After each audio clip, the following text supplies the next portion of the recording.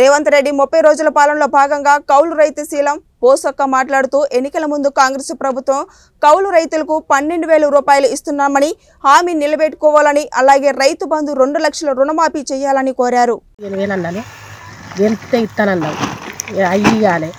గృహలక్ష్మి ఇవ్వాలి. మాకు ఇక్కడ చేతలు ముడతలు వచ్చిపోయినాయి, సత్తానాయి. మేము నష్టం కాకుండా బాగా నువ్వేం ఒప్పుకున్నావు. కరెంటు కూడా ఉచితం అన్నావు, అది ఇవ్వాలి. అన్నీ ఇవ్వాలి మాకు. అప్పుడు ఇస్తాను ఓటేసి ఇస్తానన్నావు, వేసినాం, గెలిపించినాం.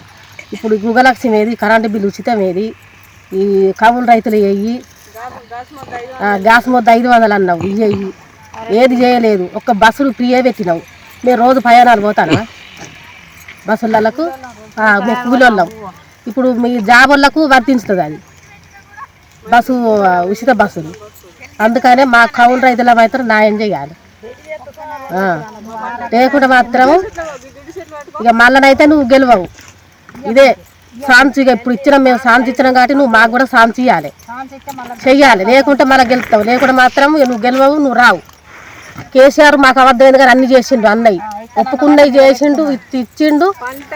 పంట ధర పెంచిండు. ఇప్పుడు పంట ధర లేదు, చేతలు గిట్లున్నాయి, మొత్తం ముడతలు, సబ్సిడు.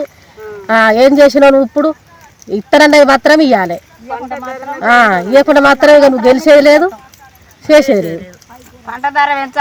పంట ధర ఏం పెంచలేదు. పంట ధర నిరుడు మంచిగా ఉంటే రేటు, ఏడు రేటే లేదు. కూలీలు 300 కైకిలి. మేము కూలీలో ఏం పెడతాము? పాట్ బత్తా ఎక్కలేని ధర, మందులు ఇరుగ ధరలు, ఇవన్నీ ఎట్లా వెళ్తాయి మా కౌలు రైతులకు? ఇవన్నీ చెయ్యాలి. చేస్తే నువ్వు మంచిగా వస్తావు మళ్ళీ ముందుకు కూడా, లేకుంటే లేదు మళ్ళీ 5 సంవత్సరాలకు.